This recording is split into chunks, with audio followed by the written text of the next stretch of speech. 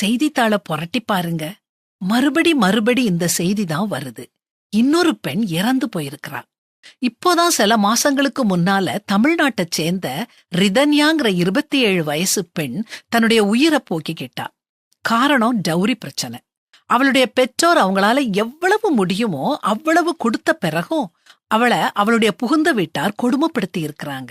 அதனால அவ இந்த முடிவை எடுத்திருக்கிறா. என்னால இனிமேல் தாங்க முடியாதுங்கிற வாய்ஸ் மெசேஜ் போட்டுட்டு அவ இந்த உலகத்தை விட்டே போயிட்டா. இவா மட்டும் இல்ல, இப்படி நிறைய பெண்கள் இந்தியாவின் பல்வேறு மூலைகள்ல, கொல்கத்தா, பெங்களூரு, பொள்ளாச்சியில பெண்கள் தங்களுடைய வீடுகள்ல பாதுகாப்பா இருக்க வேண்டிய தங்களுடைய சொந்த வீடுகள்ல துஷ்பிரயோகம் பண்ணப்படுறாங்க, வன்முறைக்கு பலியாறாங்க. ஏன் இப்படி நடக்குது? இந்த உலகம் உண்மையை விட தோற்றத்துக்கு மதிப்பு கொடுக்குது, கருணையை விட செல்வத்துக்கு முன்னுரிமை கொடுக்குது.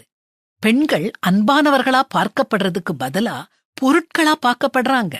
கடவுளின் சாயலா படைக்கப்பட்டவா அவா. அவள் முத்துக்களை பார்க்கிலும் உயர்ந்தவள்னு பைபிள்ல போட்டிருக்குது. அவ என்ன கொண்டு வர்றா என்பதற்காக இல்ல, அவ அவளாக இருப்பதற்காக அவளை மதியுங்க.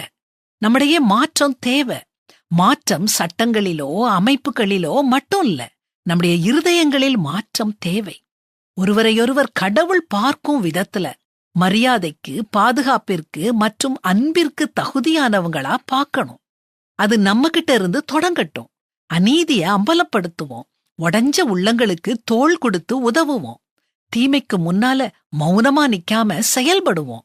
தீமைக்கு முன்னால மௌனமா இருப்பதும் தீமைதான். நம்ம வீட்டுல, நம்முடைய உறவுக்காரங்க, தெரிஞ்சவங்க வீடுகள்ல இப்படிப்பட்ட நிகழ்வுகள் வராம தடுப்போம்.